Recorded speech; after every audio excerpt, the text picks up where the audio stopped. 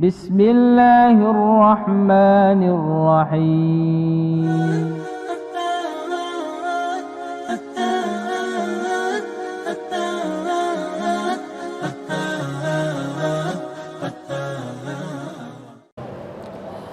Bapak dan Ibu yang dimuliakan Allah Subhanahu wa taala,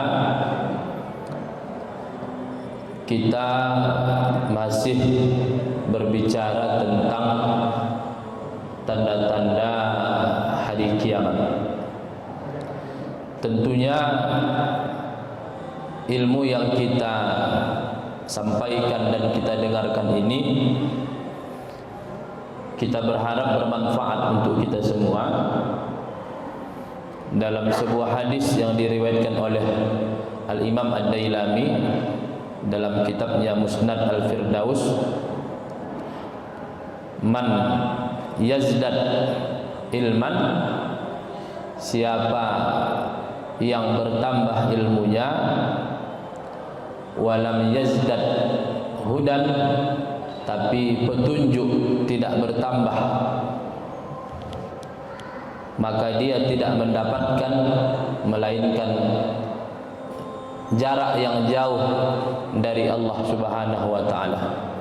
Maka dengan kita mengkaji tentang tanda-tanda hari kiamat, kita berharap ilmu ini dapat memberikan petunjuk bagi kita dan dapat lebih mendekatkan diri kita kepada Allah Subhanahu wa taala. Pada malam hari ini Bapak dan Ibu yang dimuliakan Allah, kita akan sedikit berbicara tentang terbitnya matahari dari sebelah barat. Yang ini merupakan tanda-tanda yang menunjukkan bahwa kiamat itu sangat dekat. Terbitnya matahari dari sebelah barat, sebagaimana kebiasaan yang kita lihat bahwa matahari terbit dari timur dan tenggelam dari sebelah barat. Akan tetapi nanti di akhir zaman akan terjadi terbitnya matahari dari sebelah barat. Bapak dan Ibu yang dimuliakan Allah Subhanahu wa taala, ada seorang ulama almarhum Profesor Dr. Toha Dusuki Al-Hubaisy. Dia punya buku judulnya Al-Aqidah fil Islam, akidah dalam agama Islam. Dalam kitab itu beliau mengatakan bahwa kehadiran Dajjal merupakan awal dari kerusakan alam dari bumi. Kehadiran Dajjal dan terbitnya matahari dari sebelah barat itu merupakan awal dari kehancuran alam dari bagian atas atau langit. Jadi ketika bagian bawah sudah nampak tanda kehancurannya, maka kemudian menyusul adalah kehancuran yang bagian atas, yaitu terbitnya matahari dari sebelah barat. Bapak dan Ibu yang dimuliakan Allah, banyak teori-teori yang ingin mendekatkan pemahaman manusia kepada terbitnya matahari dari sebelah barat ini. Di antaranya adalah ada yang mengatakan bahwa sebenarnya terbitnya matahari sebelah barat itu hanya dalam pandangan manusia, karena nanti ini matahari makin lama akan makin membesar. Matahari makin lama akan semakin membesar, sehingga saking besarnya matahari itu nampak dari sebelah barat ketika di waktu pagi, sebagaimana dia nampak di waktu timur di waktu pagi. Tapi ini teori-teori yang ingin dikembangkan, tetapi kajian kita ingin balik dulu kepada Al-Quran dan hadis Nabi Sallallahu Alaihi Wasallam. Nah, di dalam Al-Quran, Bapak dan Ibu yang dimuliakan Allah, itu ada firman Allah tentang matahari. Nah, ini terkait tentang matahari, itu dapat kita baca dalam surah Yasin ayat 38 sampai ayat 40. yang artinya dan matahari berjalan di tempat peredarannya, demikianlah ketetapan yang maha perkasa lagi maha mengetahui. Dan telah kami tetapkan tempat peredaran bagi bulan, sehingga setelah ia sampai ke tempat peredaran yang terakhir, kembalilah ia seperti bentuk tandan yang tua. Tidaklah mungkin bagi matahari mengejar bulan, dan malam pun tidak dapat mendahului siang, masing-masing beredar pada garis edarnya. Jadi pergerakan matahari dan bulan itu sudah diatur oleh Allah Subhanahu wa taala, sebagaimana yang kita rasakan saat ini. Maka bulan bergerak, matahari pun ikut bergerak. Nah, ayat ini Bapak dan Ibu yang dimuliakan Allah dapat kita hubungkan dengan hadis Nabi sallallahu alaihi wasallam. Tadi dalam ayat yang tadi itu kita dapat informasi bahwa matahari bergerak, bulan pun ikut bergerak. Kita ingin menghubungkan pengetahuan ini kepada hadis Nabi sallallahu alaihi wasallam dari Abu Dzar bahwasanya Nabi sallallahu alaihi wasallam suatu hari pernah bersabda, apakah kalian tahu kemana matahari ini pergi? Jadi dari Quran sudah dijelaskan, bergerak matahari, bulan juga bergerak. Kemana sebenarnya matahari ini pergi? Itu yang ditanyakan oleh Rasulullah sallallahu alaihi wasallam. Mereka menjawab, maksudnya para sahabat, Allah dan Rasulnya yang lebih tahu. Beliau bersabda, sesungguhnya ini lari beredar hingga berhenti pada tempatnya di bawah aras, lalu menyungkur sujud. Jadi matahari bergerak, ketika pas berada di bawah aras, matahari itu menyungkur sujud. Jadi kalau kita kaji pun firman Allah Subhanahu wa taala, alam ini semuanya bertasbih kepada Allah Subhanahu wa taala. Yusabbihu lillahi ma fis samawati. Bertasbih kepada Allah apa yang ada di langit dan ada yang di bumi. Dalam ayat yang lain Allah katakan itu, walakinna la tafqahuna tasbihahum. Tapi kalian tak tahu bagaimana cara mereka bertasbih. Nah, di hadis ini Rasulullah mengatakan bahwa ketika berada di bawah aras lalu matahari ini menyungkur sujud, ia tetap demikian hingga dikatakan kepadanya, kamu naiklah dan kembalilah pada tempat dari mana kamu datang. Lalu ia kembali sehingga menjadi terbit dari tempat terbitnya, kemudian lari beredar di mana ia membuat manusia tidak mengingkarinya sedikit pun, hingga ia berhenti pada tempat beredarnya, yaitu di bawah aras. Dan terbitnya matahari dari timur, tenggelamnya dari barat, ini jugalah dialog antara Nabi Ibrahim dengan Namrud. Namrud berbangga mengatakan, kalau Tuhan kalian bisa menghidupkan dan mematikan, aku pun bisa menghidupkan dan mematikan. Tapi ketika Nabi Ibrahim memintanya menerbitkan matahari dari barat, menenggelamkan dari timur, Namrud tak mampu. Maka ini adalah satu dari banyak kekuasaan Allah Subhanahu wa taala. Lalu dikatakan kepadanya, naiklah dan terbitlah pada hari dari barat. Nah, maka suatu hari nanti, begitulah setiap hari, terbit dari timur, tenggelam barat, terbit dari timur dan barat, sampai akhirnya nanti di akhir zaman, diperintahkanlah matahari untuk terbit dari barat. Itulah yang kita kenal dengan terbitnya matahari dari barat, merupakan tanda dari dekatnya hari kiamat. Kemudian Rasulullah bertanya, apakah kalian tahu kapankah itu terjadi? Kapan terjadi matahari terbit dari barat itu?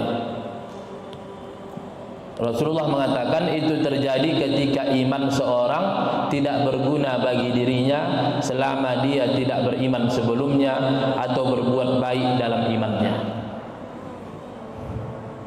Maka kalau sudah nanti terbit matahari dari barat, Bapak dan Ibu, tidak lagi bermanfaat orang masuk Islam setelah itu.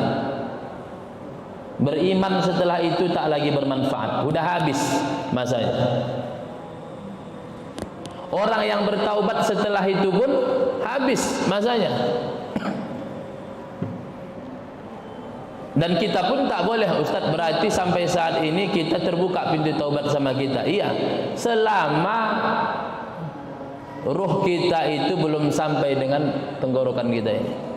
Kalau udah sampai situ, kita bertaubat pun nggak akan diterima. Sama dengan Fir'aun yang mengakui Allah sebagai Tuhan, tapi saat itu ketika nyawanya itu sudah di sini ya, sudah tinggal sedikit lagi tarik, habis.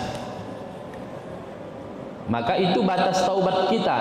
Bagi orang-orang nanti di akhir zaman, batasnya adalah ketika terbitnya matahari dari sebelah barat.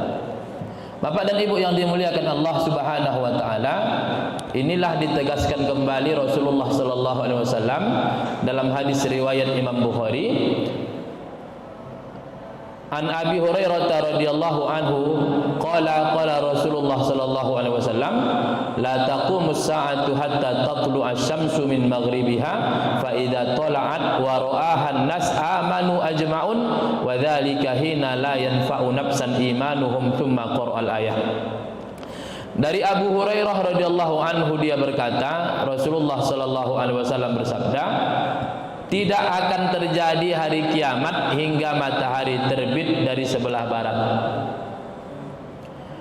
Apabila matahari itu telah terbit dari sebelah barat dan orang-orang melihatnya, maka mereka semua segera beriman. Jadi ketika orang melihat benar terbit matahari dari sebelah barat, langsung mereka beriman. Itulah keimanan yang tidak berguna bagi dirinya. Pada saat itu tak berguna lagi iman, sudah habis, ditutup Allah pintu taubat di situ. Maka ketika kita mengkaji tentang terbitnya matahari dari barat, di situ ada pesan yang tersirat. Cepatlah untuk bertaubat kepada Allah. Jangan tunggu ketika nyawa sudah di kerongkongan kita, dan jangan tunggu ketika matahari terbit dari sebelah barat. Wa dzalika hina la yanfa'u nafsan imanuhum, pada saat itu tidaklah berguna lagi iman mereka kalau seandainya sebelumnya belum beriman. Dan bahkan orang-orang mukmin yang dia itu bermaksiat, ketika setelah terbit matahari itu dia bertaubat, itu pun tidak diterima oleh Allah Subhanahu wa taala. Maka pintu taubat, babut taubati maftuh, pintu taubat itu selalu terbuka, kecuali ketika matahari sudah terbit dari sebelah barat dan kecuali ketika nyawa sudah berada di kerongkongan kita. Bapak dan Ibu yang dimuliakan Allah Subhanahu wa taala, maka sebelum matahari itu terbit dari sebelah barat, maka akan ada satu kejadian lagi, yaitu pada malam itu terjadi malam yang panjang. Terjadilah malam yang panjang, sebagaimana Al-Hafiz Abu Bakar bin Mardawih dalam tafsirnya dengan sanadnya dari Abdullah bin Abi Aufa, ia berkata, sami'tu Rasulullah sallallahu alaihi wasallam yaqul, aku mendengar Rasulullah sallallahu alaihi wasallam bersabda, la ya'tiyanna 'alan nasi lailatun ta'dilu thalatha layalin min layalikum hadhihi.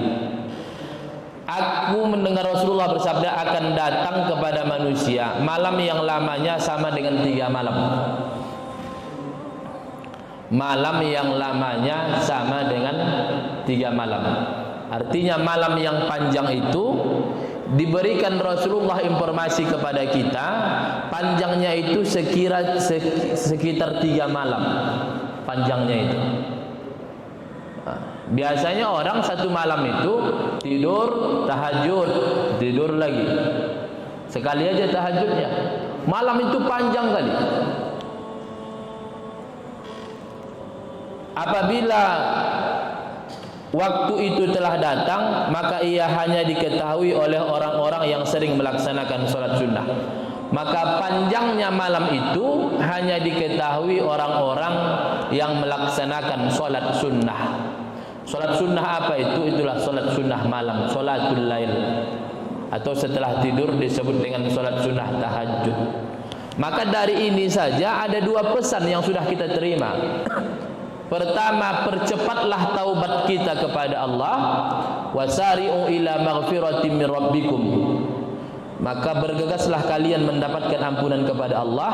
Kemudian yang kedua, rajin-rajinlah melaksanakan salat sunnah di malam hari. Rajin-rajinlah untuk melaksanakan salat sunnah di malam hari. Inilah pesannya. Karena orang-orang yang melaksanakan tahajud di malam hari, melaksanakan salat-salat sunnah di malam hari, merekalah yang akan menyadari bahwasanya malam ini sudah sangat terlalu panjang. Biasanya tidur, bangun, tahajud, salat 10 rakaat, witir, habis itu masuklah waktu subuh. Ini belum masuk juga waktu subuh.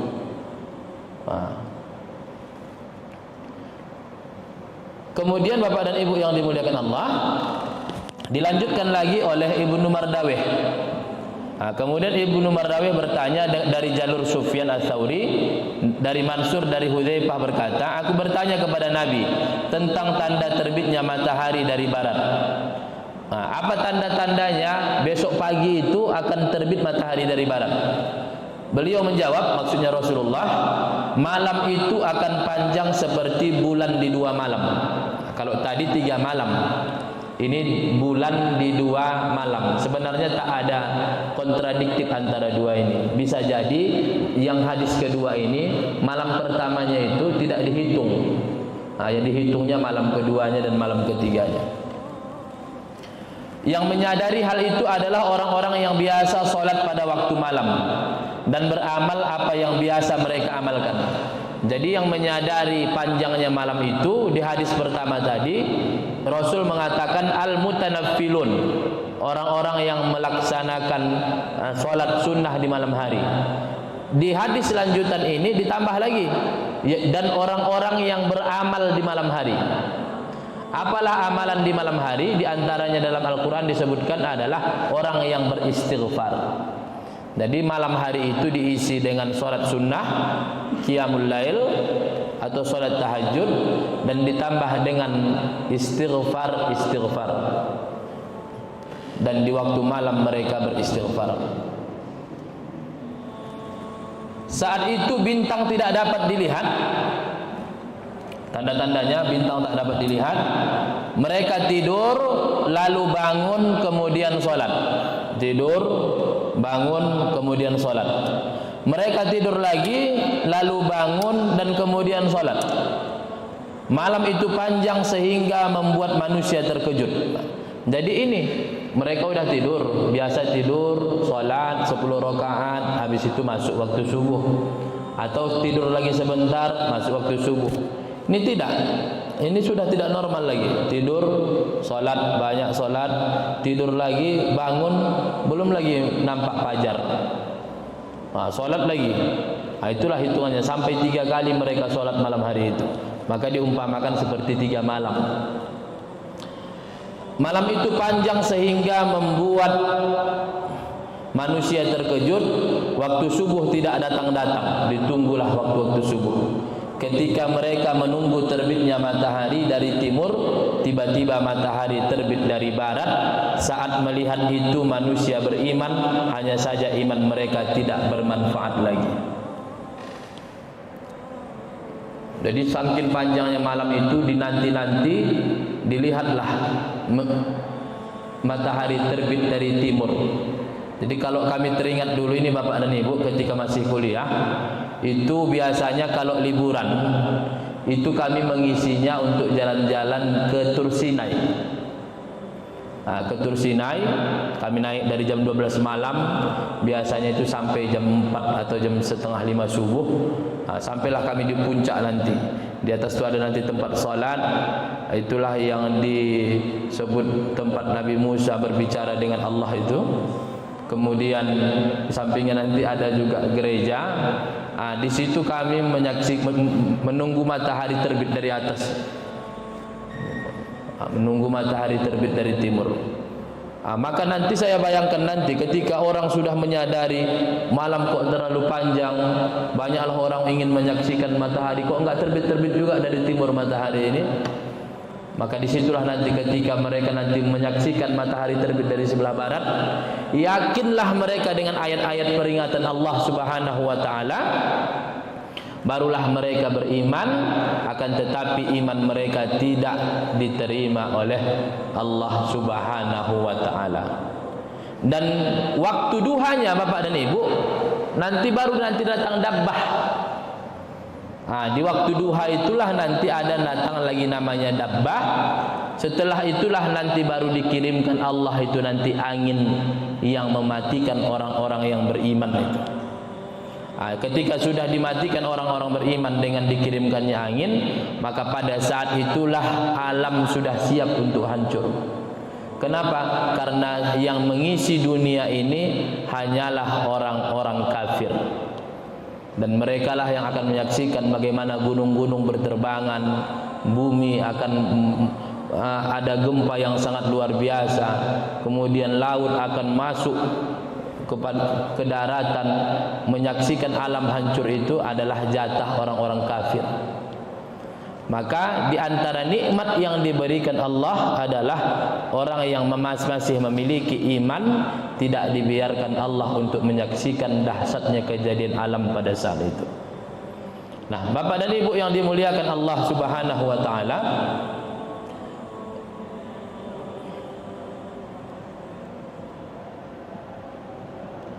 ini ada satu hadis Nabi sallallahu alaihi wasallam dari riwayat Imam Muslim, an Abdullah bin Amr wa qala hafiztu min Rasulillah sallallahu alaihi wasallam haditsan lam ansahu ba'du sami'tu Rasulullah sallallahu alaihi wasallam yaqul inna awwalal ayati khurujan tulu'asy syamsi min maghribiha wa khurujud dabbah 'alan nasi duhan wa ayyuhuma ma kanat qabla sahibatiha fal ukhra 'ala ithrihima qarib.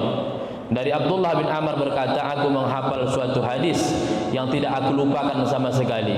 Aku dari Rasulullah SAW bersabda, sesungguhnya tanda-tanda mendengar Rasulullah, tanda pertama yang muncul adalah terbitnya matahari dari tempat tenggelamnya, keluarnya binatang-binatang di pagi hari atas manusia. Mana saja di antara keduanya yang muncul terlebih dahulu, yang selanjutnya muncul sesaat setelahnya. Jadi ada orang bertanya, mana duluan ini? Terbit matahari dari sebelah barat atau datangnya dabbah? Karena kalau dulu kita baca buku riwayat-riwayat, itu ada menyebutkan dabbah itu datang itu di tengah malam yang panjang itu. Di tengah malam yang panjang itu. Dabbah. Dabbah ini kalau terjemahkan dalam bahasa Indonesia ya hewan melata yang akan berbicara kepada manusia. Nah, tetapi Abdullah bin Amr di sini mengatakan matahari terbit dari barat pagi itu di waktu duha. Jadi kalau kita kaji waktu duha, jam berapa waktu duha itu? Jam duha itu setelah terbit matahari. Kalau sekarang terbit misalnya jam 6:15 misalnya, maka waktu sholat duha atau waktu sholat isyraq itu adalah jam 6:30. Jadi sholat isyraq itu bukan di waktu matahari terbit, tetapi di waktu matahari terbit ditambah 15 menit sampai 20 menit, itulah sholat sunnah isyraq atau disebut dengan awal dari sholat duha. Berakhir sholat duha itu ketika masuk waktu zuhur. Berarti di waktu inilah, antara waktu inilah nanti dabbah ini akan muncul untuk berbicara kepada manusia. Tentunya adalah di situ tujuannya adalah untuk semakin menghinakan orang-orang kafir yang selama ini mendustakan ajaran agama Islam. Maka Bapak dan Ibu yang dimuliakan Allah Subhanahu wa taala, dabbah ini nanti kita bicarakan. Maka terbitnya matahari dari sebelah barat itu akan didahului oleh malam yang panjang, di antara tanda malam yang panjang itu adalah tidak ada bintang. Dan yang kedua, yang tahu malam itu panjang adalah orang-orang yang melaksanakan sholat tahajud. Jadi Ustaz, kalau malam itu gimana? Orang masih nonton bola lagi Ustaz. Kita tidak tahu ini Bapak dan Ibu yang dimuliakan Allah, apakah saat itu dunia ini kayak sekarang atau tidak. Karena ada teori mengatakan nanti dunia ini listriknya ini udah nggak ada lagi. Akan ada nanti benturan sehingga padam nanti. Kembalilah kita nanti kepada kehidupan seperti dahulu. Teknologi pun sudah ini. Makanya itulah kembalinya alam itu seperti awal. Teknologi hilang dan lain sebagainya. Makanya ketika kita pahami ini dengan logika di masa kita, teknologinya itu canggih seperti sekarang, kayaknya masih jauh dari akal kita. Tapi orang-orang yang di zaman dahulu yang teknologi belum sampai sekarang, memahami hadis-hadis akhir zaman ini sangat mudah. Kenapa? Karena masanya hampir sama dengan masa dahulu. Nah, Bapak dan Ibu yang dimuliakan Allah, maka yang perlu bagi kita adalah apa yang harus kita ambil setelah kita mempelajari ini. Yang pertama tadi adalah kita harus mempersiapkan taubat kita secepat-cepatnya. Dan yang kedua adalah teruslah kita memperbanyak solat-solat malam kita. Solat-solat di malam kita. Kalau sebelum tidur namanya qiyamul lail, setelah tidur namanya solat tahajud, ditutup lagi dengan witir. Maka orang-orang yang sering akan melaksanakan ini, maka dialah yang diberikan Allah nanti kemuliaan. Dia menyadari bahwa malam itu sangatlah panjang. Adapun yang lain, orang yang sibuk tidur, panjang tidurnya. Ustaz, apa bisa dia tidur sepanjang 3 malam? Kalau saya menyaksikan langsung Bapak dan Ibu yang dimuliakan Allah. Dulu ada kawan saya pulang ujian. Setelah kami ujian di Al-Azhar, itu masa ujiannya sungguh melelahkan Bapak dan Ibu. Mungkin balas dendam lah mungkin. Habis ujian tidur dia jam 12:30, bangunnya 12:30 besok.